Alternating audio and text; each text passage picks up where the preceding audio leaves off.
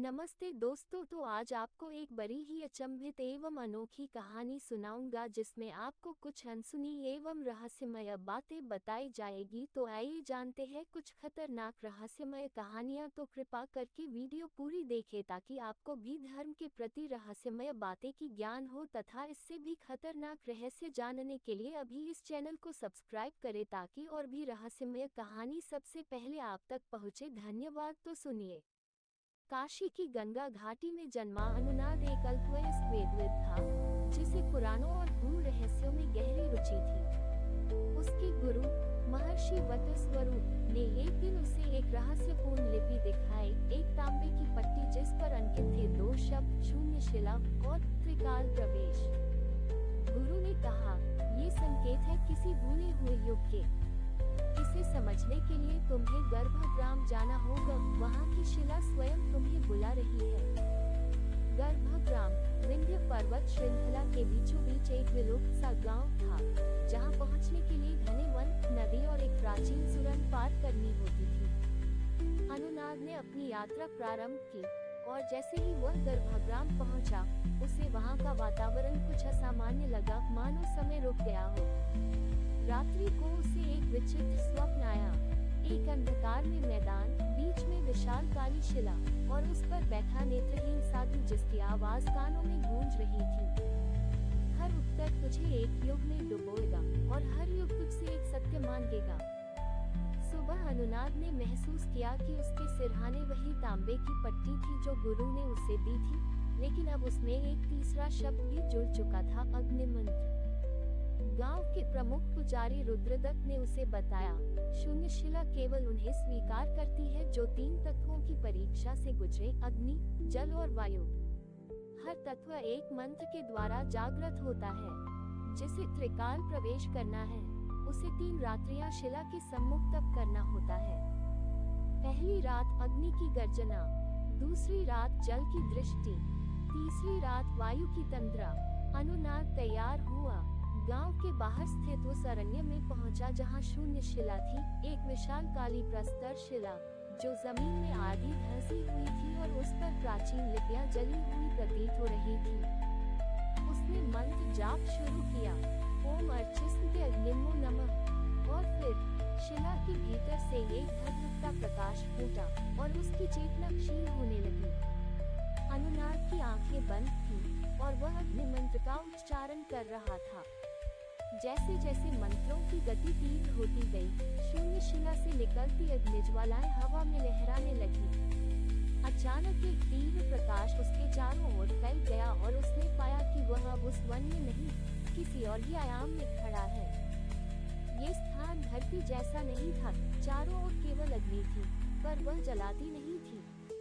लपटों के बीच एक द्वार था जिस पर ब्राह्मी लिपि में लिखा था, यत्र अग्नि शुद्ध करे आत्मा को, वही प्रवेश होता है काल में। एक गूंजती आवाज सुनाई दी, अनुनाद, तुम्हारा पहला युग आरंभ हो चुका है। यहाँ अग्नि तुम्हारी स्मृतियों की परीक्षा लेगी। अचानक अग्नि ने आकार लेना शुरू किया और उसमें से उसकी मां प्रकट हुई, जो वर्षों पूर्व काल के ग्रास में चली गई थी। वह बोली, अनुनाद, क्या तुम अभी भी उसी सत्य को खोजते हो जो तुम्हें खुद से दूर कर दे? वह कांप उठा। मां का चेहरा सजीव था, पर उसकी आंखों में अग्नि की ज्वाला थी। तभी अग्नि मां के पीछे से एक और छवि प्रकट हुई, उसके गुरु वटस्वरूप की, और उनकी आंखें किसी रहस्य को छुपा रही थी। उन्होंने कहा, जो अग्नि सत्य दे, वही सब कुछ छीन भी सकती है। अब अनुनाद की अग्नि परीक्षा आरंभ हुई। उसे 3 स्मृतियों का त्याग करना था और उनमें से केवल एक को चुनना था जो उसे शून्य शिला के अगले द्वार तक पहुंचा सके। 3 स्मृतियां अग्निज्वाला में तैरने लगी। उसका बचपन, जब उसने पहली बार वेद का उच्चारण किया। गुरु की गोद, जहां उसने ब्रह्म का पहला ज्ञान पाया। मां की गोद, जो अब केवल स्मृति थी। आवाज फिर आई, एक को बचाओ, 2 को अग्नि को अर्पित करो। जो स्मृति छोड़ेगा, वही युग तुमसे छूट जाएगा। अनुनाद ने अपने हृदय पर हाथ रखा, आंखों में आंसू थे। उसने मां की स्मृति को आगे बढ़ाया और कहा, मां, तुम यथार्थ में नहीं, पर मेरी आत्मा में हो। अग्नि तुम्हारा रूप ले सकती है, पर तुम्हारा स्थान नहीं। जैसे ही माँ की छवि अग्नि में विलीन हुई, शिला फिर से प्रकट हुई। अब उस पर पहली रेखा जलती हुई अंकित हो चुकी थी। एक युग का त्याग हुआ, अग्नियुग। अनुनाद बेहोश होकर जमीन पर गिर पड़ा। अग्नि शांत हो चुकी थी, पर अब उसकी देह पर एक अग्निमुद्रा अंकित हो चुकी थी, जो अगले द्वार का संकेत थी। 3 दिन बीत चुके थे। अनुनाद को अग्नियुग की परीक्षा के बाद देह में ज्वर, लेकिन आत्मा में शांति का अनुभव हो रहा था। गांव के वृद्धजन उसे उस शिला से उठाकर आश्रम ले आए थे। रुद्रदत्त पुजारी उसकी देखभाल कर रहे थे। तीसरी रात्रि को उसने अचानक स्वप्न में देखा एक विशाल झील, जिसकी सतह पर न कोई तरंग थी, न कोई छवि। उसके केंद्र में एक दीपक जल रहा था और दीपक की लौ से जल बह रहा था। जल से लौ, लौ से जल, यही द्वितीय तत्व था जल की दृष्टि। सुबह होते ही अनुनाद पुनः शून्य शिला के पास पहुंचा। उसकी हथेली पर अब अग्नि की आकृति अंकित थी। उसने दूसरा मंत्र उच्चारित किया, ओम आपो हिष्ठा मयोभुवस्त न ऊर्जे दधातन। हे जल, तुम सुखदायक हो, मुझे ऊर्जा दो। शिला फिर से कंपन करने लगी। इस बार धरती नहीं, आकाश फत्ता प्रतीत हुआ और एक नीली ज्योति उसे निगल गई। अब वह एक पारदर्शी संसार में था, जललोक। वहाँ न आकाश था न धरती, बस एक निराकार जलसागर जिसमें उसकी चेतना तैर रही थी। वह चल नहीं रहा था, बल्कि जल स्वयं उसे बहा रहा था। अचानक सामने एक विशाल जल दर्पण उभरा। उसमें उसकी परछाई नहीं, बल्कि उसका भूतकाल दिख रहा था। वो क्षण जब उसने एक झूठ बोला था, वो क्षण जब उसने ईर्ष्या की थी, वो क्षण जब उसने अपने गुरु से छिपाकर वेद पाठ किया था। हर स्मृति पानी में घुलती गई और उसकी आत्मा भारी होती गई। एक जल स्वर सुनाई दिया, जल केवल दृश्य नहीं देता, ये सत्य को घोलता भी है। अनुनाद, क्या तू अपने ही दोषों को आंख से देख सकेगा? जल दर्पण में अब उसका वर्तमान दिख रहा था। वो गर्व, वो संकल्प, वो अहंकार जो उसने शून्य शिला की खोज में पाल लिया था। अब एक हाथ जल से बाहर आया, वही हाथ जल दर्पण को तोड़ने लगा। अनुनाद को निर्णय लेना था, क्या वह इन सत्यों को स्वीकार कर उस जल दर्पण को स्वयं तोड़े, या इन छवियों को झुठलाकर जल की दृष्टि से वंचित हो जाए। उसने मुंह से एक मंत्र फूंका, सत्यम न मृषा, आत्मा न छली, और जल दर्पण टूट गया। जैसे ही दर्पण टूटा, जल का संसार काला हो गया, लेकिन उस अंधकार में एक स्वर आया, तू जल में स्वयं को देख सका, यही दृष्टि है। अब अनुनाद फिर शून्य शिला के पास था। उसके माथे पर एक शीतल बिंदु की अनुभूति हुई, मानो कोई जलबूंद वहां टपकी हो। दूसरी रेखा शिला पर अंकित हुई, उद्धरण चिन्ह। पिछली 2 रातों की परीक्षा ने अनुनाद की आत्मा को झंझोड़ कर रख दिया था। अग्नि ने उससे उसके युग छीने और जल ने उसे उसके भीतर की परछाइयों से परिचय कराया। अब तीसरी रात थी, वायु की तंद्रा की। गर्भगृह में ठंडी हवा का एक असामान्य झोंका चला। लोग कहते थे, जब वायु तंद्रा लाती है तो शिला सांस लेती है। उस दिन पूरे गांव में सन्नाटा था। पशु पक्षी चुप थे और वटवृक्ष की पत्तियां जैसी स्थिर हो गई थी। रात के ठीक तीसरे प्रहर अनुनाद पुनः शून्य शिला के पास पहुंचा। अब उसकी हथेली पर अग्नि की आकृति थी और मस्तक पर जलबिंदु का निशान। उसने तीसरा और अंतिम मंत्र उच्चारित किया, ओम वायवे नमः, प्राणाय स्वाहा। शिला से निकलती हवा में एक कंपन हुआ और धीरे धीरे चारों ओर की ध्वनियां विलीन होने लगी। हर आवाज मौन में बदल गई। फिर एक अजीब सी नींद उसे घेरने लगी। यह कोई सामान्य निद्रा नहीं थी, ये थी वायु की तंद्रा। अब वह एक असीम श्वेत क्षेत्र में था, जहाँ कुछ भी नहीं था। कोई आकृति नहीं, कोई रंग नहीं, बस एक अनंत मौन। वह सोचने की कोशिश करता तो उसके विचार हवा में घुल जाते। वह बोलने की कोशिश करता तो शब्द वाष्प बनकर विलीन हो जाते। एक आकाशगामी स्वर गूंजा, वायु की तंद्रा में प्रवेश का अर्थ है स्मृतियों का विसर्जन। यहाँ जो बचेगा वही तू है। फिर उसके चारों ओर उसकी पुरानी स्मृतियां हवा में बिखरने लगी। माँ की ललबाई, गुरु का आशीर्वाद, वेद पाठ की गूंज, गंगा की लहरें, काशी की सुबह, सभी स्मृतियां धीरे धीरे वाष्प बन रही थीं। स्वर फिर बोला, अनुनाद, वायु तुमसे कुछ नहीं लेती, वह तुम्हें केवल खाली करती है। क्या तुम अपनी चेतना को शून्य बना सकते हो? यह अंतिम परीक्षा थी, आत्मा का विसर्जन, स्वयं को विस्मृत करना। उसने आंखें बंद की और भीतर कहा, मैं स्मृतियों से नहीं बना, मैं वही हूँ जो शून्य में भी शेष रहे। एक पल में सारी छवियां गायब हो गईं, और फिर मौन में एक स्पंदन हुआ, एक धीमी सांस की आवाज। वह वायुलोक से बाहर निकला। उसकी देह भूमि पर थी, पर आत्मा अब किसी उच्च चेतना की ओर बढ़ चुकी थी। शून्य शिला ने तीसरी और अंतिम रेखा जलाकर अंकित की। तीसरा युग त्यागा गया, वायु रेखा पूर्ण। त्रिकाल द्वार अब उद्घाटित है। शून्य शिला अब शांत थी, पर उस पर जली हुई 3 रेखाएं अब स्पष्ट रूप से चमक रही थी। अग्नि युग, जल युग, वायु रेखा। जैसे ही तीसरी रेखा पूर्ण हुई, शिला की सतह फटने लगी और बीच से एक पत्थर उभर आया। वह एक गोलाकार द्वार जैसा था, जिस पर त्रिभुज के भीतर अंकित था त्रिकाल। अनुनाद के समक्ष अब एक गुफा का द्वार खुल गया था, पर यह कोई सामान्य गुफा नहीं थी। इसकी भीतरी दीवारों पर समय नहीं था, बल्कि युग बह रहे थे।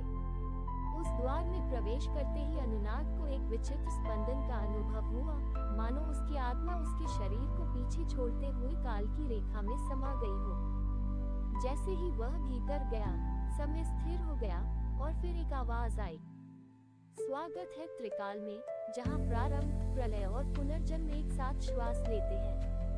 अब वह जिस स्थान में था, वहाँ 3 रास्ते थे। प्रारंभलोक, जहाँ सबसे पहली सृष्टि की स्मृति छिपी थी। प्रलयलोक, जहाँ काल सब कुछ नष्ट कर चुका था। पुनर्जन्यलोक, जहाँ नया युग अंकुरित हो रहा था। त्रिकाल की मूर्ति बीचों बीच खड़ी थी, 3 मुखों वाली एक अज्ञात देवता।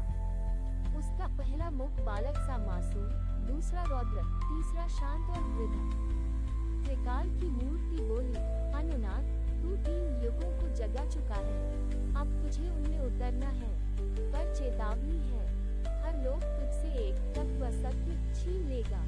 अनुनाद ने पहला पग प्रारंभलोक की ओर रखा। यहाँ ध्वनि नहीं थी, केवल कंपन था। वृक्ष नहीं थे, पर बीज थे। सूर्य नहीं था, पर उजाला था। यहाँ सब कुछ अविकसित था, बीज रूप में। एक जलाशय मिला, जिसके ऊपर एक शब्द गूंजा, ब्रह्म बीज। अनुनाद को जलाशय से ही बीज निकालने कहा गया। उसने जैसे ही बीज छुआ, उसकी देह कांप उठी और अचानक वह स्वयं एक शिशु के रूप में जल में उतर गया। अब वह समय से पूर्व का अनुभव कर रहा था, जन्म से पहले का, चेतना के अंकुर का। वहाँ एक ब्रह्मस्वर बोला, जो तूने सीखा वो छोड़, जो तूने जाना वो विस्मृत कर, क्योंकि आदि स्रोत केवल उन्हें स्वीकार करता है जो रिक्त आते हैं। अनुनाद को पहली बार अपने वैदिक ज्ञान से भी ऊपर कुछ अनुभव हुआ, एक मौन चेतना जो ब्रह्म से भी पहले थी। प्रारंभलोक उसे सिखा गया, शून्यता ही प्रथम सत्य है। और जैसे ही वह ये स्वीकारता, प्रारंभलोक विलीन हो गया। प्रारंभलोक की मौन शांति अब छिन्न भिन्न हो चुकी थी। जैसे ही अनुनाद ने त्रिकाललोक में दूसरा पग बढ़ाया, एक भयंकर कंपन हुआ।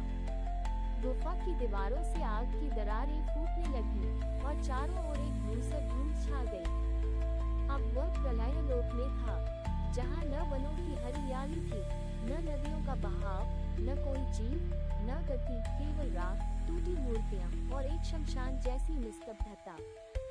एक विशाल खंडहरनुमा द्वार पर लिखा था, यहाँ काल पूर्ण हुआ, जहाँ हर युग अपनी मृत्यु देखता है। जैसे ही अनुनाद ने उस द्वार को पार किया, एक गगनभेदी गर्जना हुई।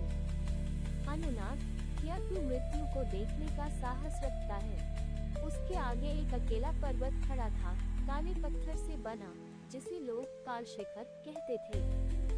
हर कदम पर उसे किसी मृत योग की छाया दिखती। एक स्थान पर वह महाभारत का युद्ध देखता, पर वह ध्वनि रहित था।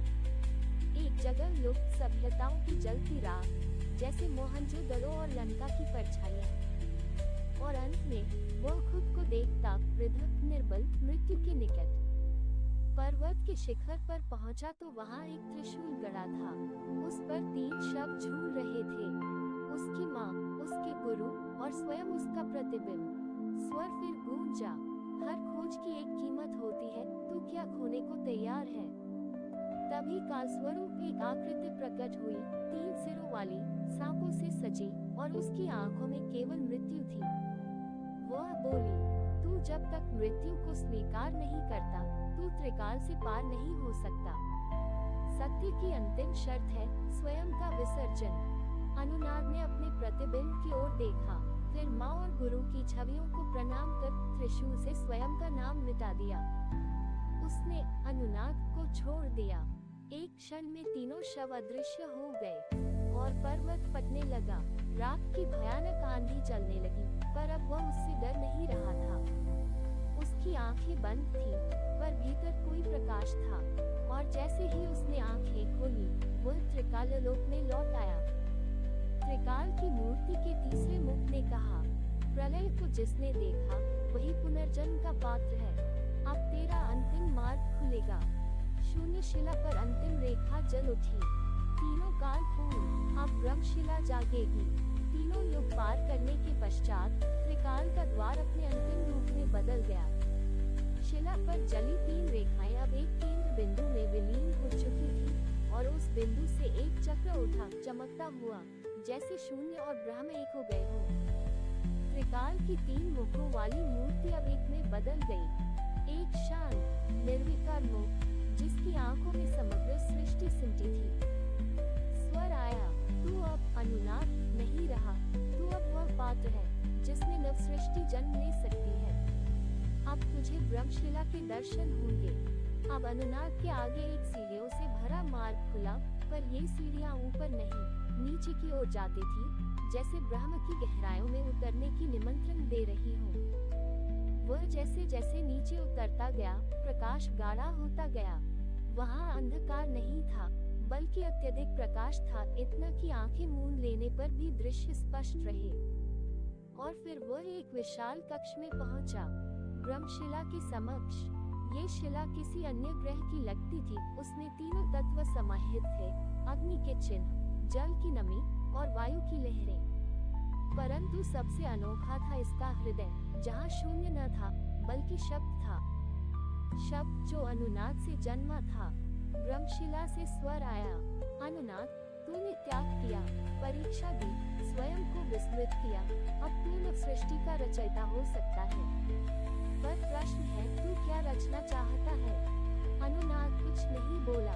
उसने भूमि पर बैठकर ध्यान किया, और फिर अपनी हथेली से तीनों तत्वों के चिन्ह मिटा दिए। वह बोला, मैं कुछ नहीं रचना चाहता, मैं केवल एक स्थान छोड़ना चाहता हूँ, जहाँ आने वाला कोई भी जीव अपने स्व को ढूंढ सके, जहाँ कोई ईश्वर न हो, केवल खोज हो।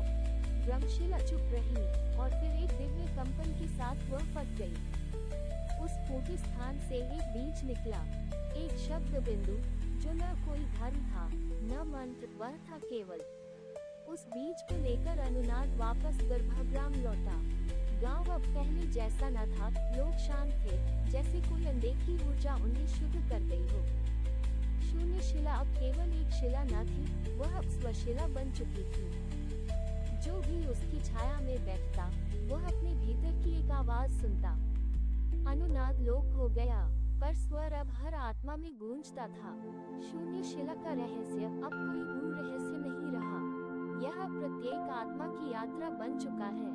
हमारी और भी आध्यात्मिक एवं अनोखी कहानियाँ देखने के लिए हमारे चैनल पर जाएं तथा धार्मिक एवं पौराणिक और भी रोचक भरी कहानियाँ हमारे चैनल पर है। कृपया जाके देखें तथा हमारे चैनल को सब्सक्राइब करके रखें तथा वीडियो अच्छा लगे तो लाइक जरूर करें। धन्यवाद।